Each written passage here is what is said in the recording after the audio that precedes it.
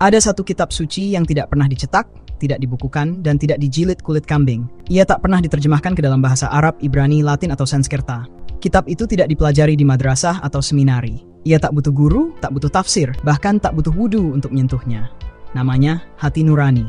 Dan herannya, kitab ini justru paling jarang dibaca oleh para penganut agama. Ironis, karena kitab yang satu ini sudah terinstal dari lahir, bahkan sebelum bayi bisa membedakan kanan dan kiri, atau menyebut nama Tuhannya.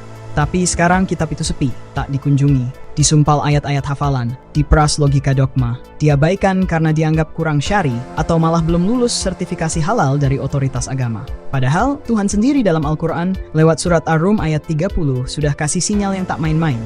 Maka hadapkanlah wajahmu kepada agama yang hanif. Tetaplah pada fitrah Allah yang telah menciptakan manusia menurut fitrah itu. Tidak ada perubahan pada ciptaan Allah. Itulah agama yang lurus. Tapi ayat ini jarang dikhotbahkan. Mungkin karena terlalu membebaskan, terlalu manusiawi. Fitrah di sini bukan sekadar kondisi netral. Ia bukan selembar kertas kosong. Ia adalah kompas moral bawaan pabrik, semacam firmware etik yang sudah tertanam di sistem kesadaran manusia sejak pertama kali menangis di dunia.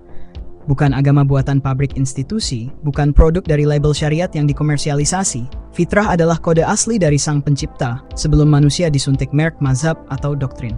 Dan Nabi Muhammad, yang katanya teladan sempurna itu, justru dengan santai bilang, setiap anak dilahirkan dalam keadaan fitrah. Maka orang tuanya lah yang menjadikannya Yahudi, Nasrani, atau Majusi.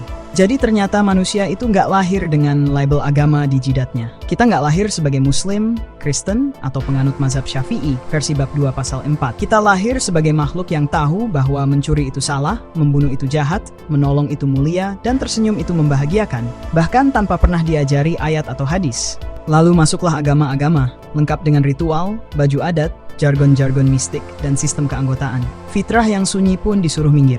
Dikasih sabun suci, dibersihkan pakai syariat, baru dianggap sah. Hati nurani, tunggu dulu, harus pakai niat, wudu, dan saksi 2 malaikat.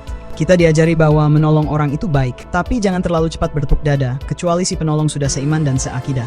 Yang nolong tanpa akidah, maaf, belum sah, butuh legalitas rohani. Kalau bisa sekalian daftar jadi member agama. Karena Tuhan, menurut mereka, ternyata seperti birokrat yang lebih tertarik pada form keanggotaan daripada tindakan nyata. Padahal, hati nurani itu lebih tua dari semua nabi. Ia sudah berfungsi sebelum Musa naik ke Sinai, sebelum Yesus naik ke bukit, sebelum Muhammad naik ke Gua Hira. Ia tahu mana benar dan salah tanpa menunggu wahyu, karena ia sendiri adalah wahyu. Tapi kita memang makhluk yang gemar melupakan. Bahkan yang melekat dalam diri pun bisa kita anggap asing.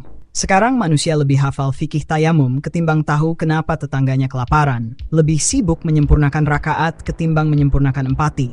Dan yang menyedihkan, lebih takut kehilangan identitas agama daripada kehilangan hati nurani.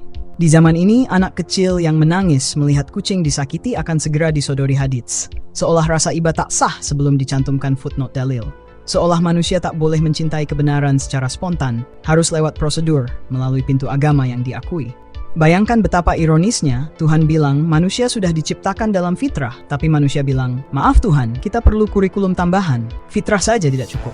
Itulah kenapa dalam dunia yang sibuk beragama, kitab suci yang paling tua yaitu hati nurani malah dilupakan, dibiarkan berdebu, dituduh sesat, padahal mungkin di hari pengadilan nanti bukan jumlah rakaat yang ditanya, tapi kenapa kamu tidak mendengar hatimu sendiri? Dan saat itu mungkin kita akan tercengang, karena ternyata Tuhan sudah bicara sejak awal bukan lewat mikrofon masjid atau mimbar gereja, tapi lewat suara lembut dalam dada.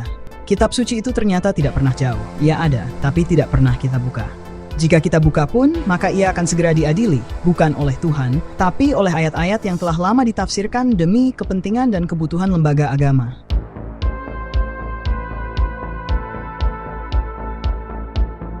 Di sebuah dunia spiritual yang dikuasai oleh industri besar bernama institusi agama, manusia berbondong-bondong mengantri untuk beli tiket keselamatan. Ada yang beli paket syalat 5 waktu full board, ada yang ambil promo naik haji early bird, ada juga yang tergiur voucher pahala 1000 kali lipat tiap malam Jumat. Di dunia ini, Tuhan tak ubahnya operator jasa langganan yang punya cabang di tiap negara, dan tiap cabang mengklaim kami satu-satunya agen resmi.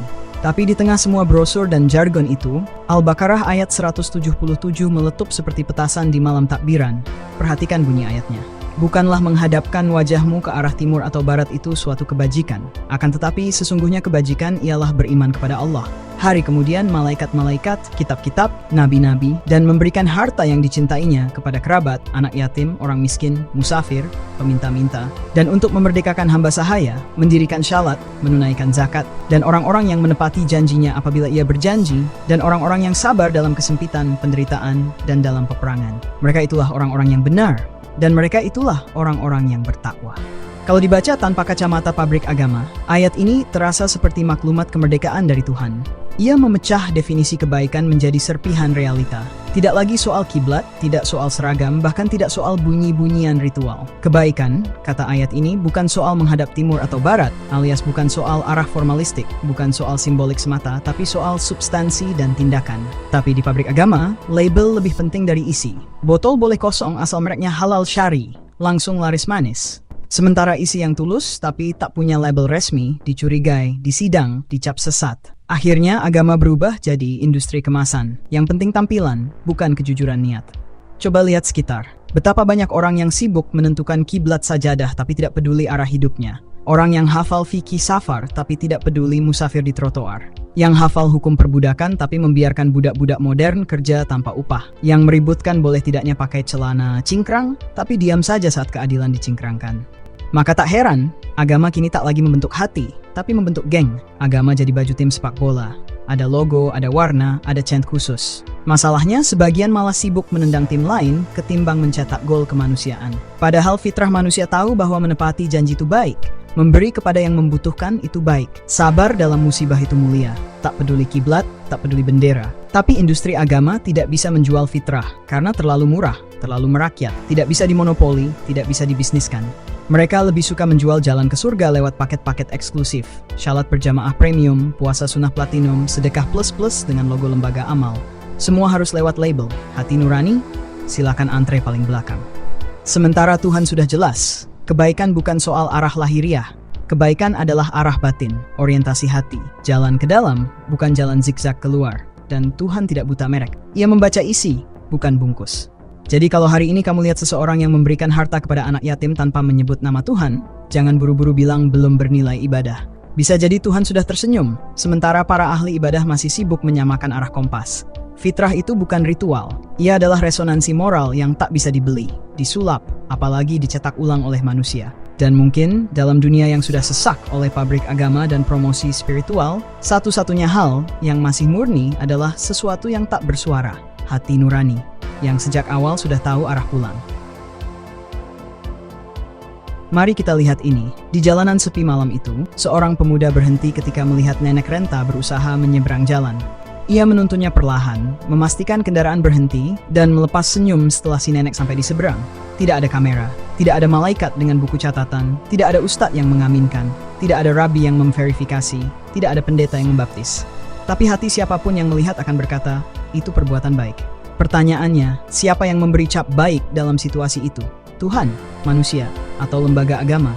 Kita sudah terlalu lama menyerahkan definisi kebaikan pada sekelompok orang yang mengenakan toga ritual, duduk di atas podium kayu, dan menudingkan jari atas nama kitab, seolah-olah jika sesuatu tidak dicatat dalam protokol akidah mereka, maka itu tak bernilai.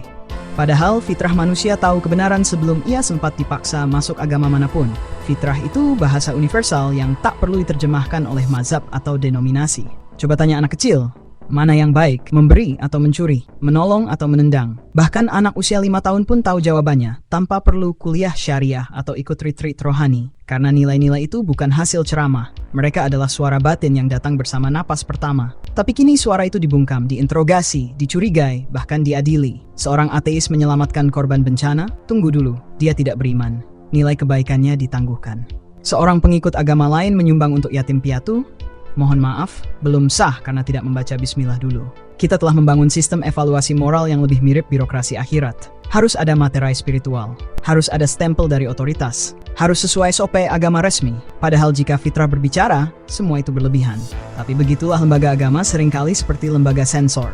Kebenaran bukan soal substansi, tapi soal siapa yang menyampaikan. Kalau bukan dari channel resmi, langsung dianggap hoax, sekalipun isinya kejujuran, kasih sayang, dan pengorbanan yang tulus. Lalu kebenaran pun jadi milik institusi, dijual per potong, didaftarkan sebagai hak cipta, bahkan bisa dipatenkan.